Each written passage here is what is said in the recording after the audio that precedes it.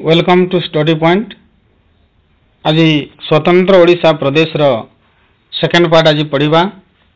चलतु आज प्रथम प्रश्न, गंजाम क्यों प्रेसिडेंसी रो अंग थिला? यार सठिक उत्तर होची मद्रास प्रेसिडेंसी। द्वितीय प्रश्न, सिंहभूमि क्यों सब डिवीजन रो अंग थिला? यार ठीक उत्तर होची Bihar sub division. Sambalpur court कचेरी रे क्यों भाषा ओ किए ताहा प्रचलन करिथिले? संबलपुर रो कोर्ट कचेरी रे क्यों भाषा ओ किए प्रचलन करिथिले?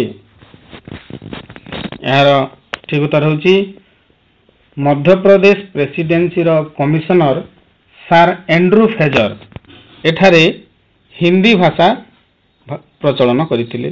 लेखा मिसेछि हिंदी भाषा प्रचलन करिथिले। परवर्ती प्रश्न, उत्कल सम्मिलनी किए ओ केबे गठन करिथिले? उत्कल सम्मिलनी सभा किए ओ केबे गठन करिथिले? 1903 मसीहा रे मधुसूदन दास यह गठन करिथिले। परवर्ती प्रश्न, पारला खेमुंडीर राजा किए थिले? पारला खेमुंडीर राजा किए थिले? पारला खेमुंडीर राजा थिले गजपति कृष्णचंद्र देव। परवर्ती प्रश्न, गजपति कृष्णचंद्र देव क्यों गोल टेबुल बैठक रे जोग दैथिले? गजपति कृष्णचंद्र देव क्यों गोल टेबुल बैठक रे जोग दैथिले? तीनोटी गोल टेबुल मध्यरु से प्रथम गोल टेबुल 1930 रे जोग दैथिले।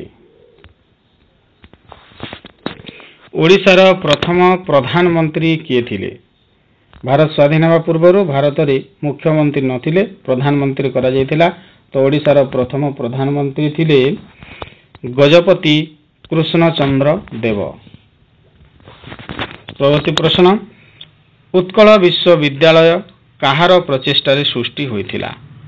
भुवनेश्वर वाणी विहार रे थिबा उत्कल विश्वविद्यालय कहार प्रचेष्टा रे सृष्टि होइथिला? यार ठीक उत्तर होची महाराजा कृष्णचंद्र गजपति। परवर्ती प्रश्न, ओडिशा प्रदेश गठन रे फिलिप डब कमिटी रो कार्य कोन थिला? फिलिप डब कमिटी रो कार्य कोन थिला?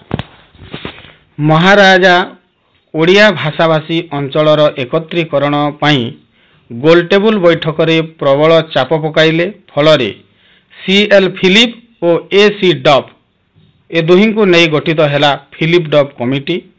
ओडिशा प्रदेश गठन पई एही कमिटी सुपारिश करिथिला। परवर्ती प्रश्न, ओडिशा प्रदेश गठन रे साइमन कमिशन कोन करिथिला? ओडिशा प्रदेश गठन रे साइमन कमिशन कोन करिथिला? 1928 रे साइमन कमिशन भारत को आसीथिला। एही कमिशन रे 7 जन केवल इंग्रेज थिबारो भारत रे साइमन कमिशन को गो बैक नारा देइथिले। किंतु ब्रह्मपुर उत्कल सभा तथा महाराजा कृष्णचंद्र गजपति पाटना ठारे कमिशन को अभिनंदन करी ओडिशा प्रदेश गठन समस्या उत्थापन करिथिले। कमिशन तांको कथारे प्रभावित होई नूतन ओडिशा प्रदेश गठन पई प्रस्ताव देइथिले। परवर्ती प्रश्न, अटली सब कमिटी कोन? अटली सब कमिटी कोन? साइमन कमिशन रो सुपारिश क्रमे ओडिशार सीमा निर्धारण करिबा पई एक कमिटी सीआर अटली को अध्यक्षतारे गठन करा जायथिला। ओडिशार सीमा निर्धारण करिबा पई 1931 रे सामुएल ओ डानियल को अध्यक्षतारे ओ डानियल कमिटी गठन हैला। परवर्ती प्रश्न, ओडिशा प्रदेश गठन रे हबाक कमिटी रो भूमिका कोन? ओडिशा प्रदेश गठन रे हबाक कमिटी रो भूमिका कोन? 1933 रे सर जॉन ऑस्टिन हबाक नेतृत्व रे प्रशासनिक कमिटी बा हबाक कमिटी गठन होइथिला। एहार सुपारिश क्रमे कटक को ओडिशार राजधानी करा जायथिला एवं पुरी को ग्रीष्म निवास भाव में परिगणित करा जायथिला। ओडिशा रे एक हाईकोर्ट एवं विश्वविद्यालय स्थापन करिवार प्रस्ताव मध्य एही कमिटीर अनुमोदन लाभ करिथिला। एटा होछि हबाक कमिटीर भूमिका। केउ आईन रे ओडिशा गठन हैला? केउ आईन रे द्वारा ओडिशा गठन हैला? भारत शासन आईन 1935 बल रे एक स्वतंत्र ओडिशा प्रदेश गठन होइथिला। परवर्ती प्रश्न, उत्कल दिवस केबे पालन करा जाए?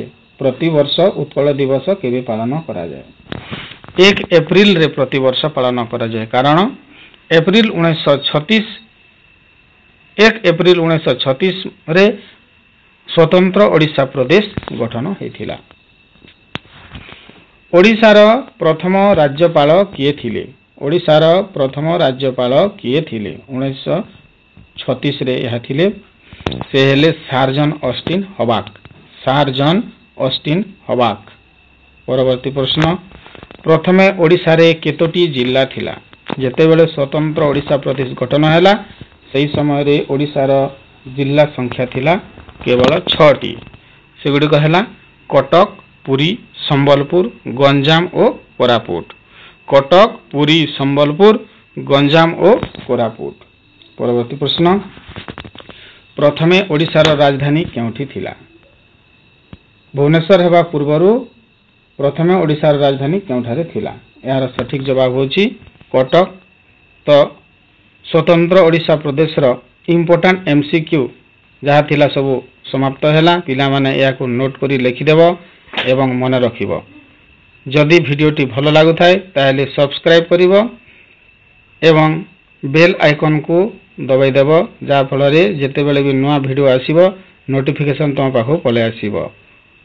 ठीक अछि, धन्यवाद।